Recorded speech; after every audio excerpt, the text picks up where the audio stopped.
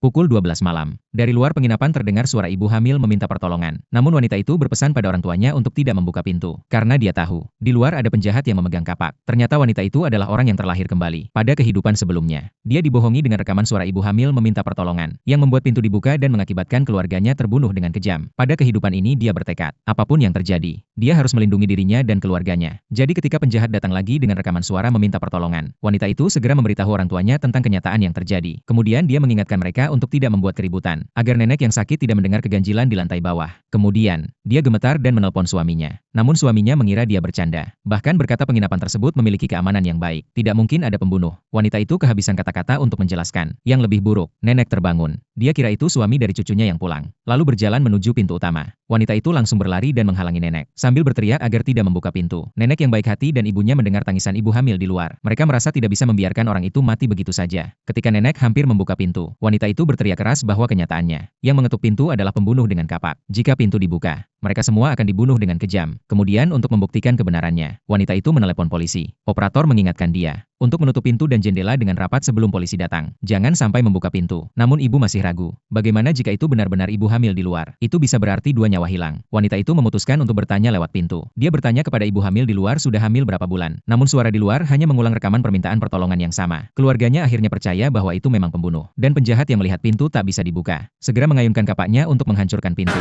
Suara keras membuat nenek yang punya penyakit jantung terkena serangan jantung. Namun obat jantung nenek sudah habis. Ibunya berkata pesanan makanan sudah dibuat. Harusnya sebentar lagi akan datang. Namun tiba-tiba dia menerima telepon dari pengantar makanan. Mengatakan sudah mengetuk pintu lama namun tidak ada jawaban. Wanita itu kebingungan. Dia segera mengingatkan pengantar makanan bahwa ada pembunuh di luar. Namun pengantar makanan mengatakan dia ada di depan pintu utama penginapan. Bahkan mengira wanita itu sedang berbuat iseng. Lalu dengan kesal menggantungkan makanan di pintu. Sementara itu, pintu sudah terbuka sedikit. Wajah pembunuh terlihat dari lubang itu. Dan pengantar makanan memutuskan untuk meninggalkan makanan di pintu dan pergi. Pada saat yang sama, suami yang baru turun dari taksi melihat pengantar makanan. Ada rasa panik yang muncul di matanya. Wanita itu langsung menduga dengan berani. Dia menelepon pemilik penginapan untuk meminta pertolongan. Orang yang mengangkat telepon mengaku sebagai manajer penginapan. Wanita itu dengan panik menjelaskan keadaan dan menyebutkan pengantar makanan mengirim obat ke penginapan yang lain. Manajer dengan tegas berkata hanya ada satu penginapan di sini. Pasti pengantar makanan salah alamat. Wanita itu menangis memohon agar segera datang dan menyelamatkan mereka. Nenek sudah hampir tidak bisa bertahan lagi. Manajer berkata akan membawa obat ke sana. Ini memberikan sedikit harapan bagi keluarganya. Namun begitu telepon diputus, manajer itu menunjukkan wajah menyeramkan. Dia menghina wanita itu bodoh. Dan pelukan yang dia terima adalah dari suami wanita itu. Ternyata semua ini direncanakan oleh suami. Manajer adalah rekan satu tim. Pembunuh di luar adalah kakak laki-laki suami. Mereka berencana menyelesaikan semuanya sebelum polisi datang. Manajer dengan percaya diri mengatakan urusan polisi akan dia tangani. Sementara suami menikmati perjuangan keluarganya lewat kamera pengawas. Dengan dingin mengucapkan selamat tinggal kepada istrinya. Sementara itu, polisi sudah sampai di depan penginapan.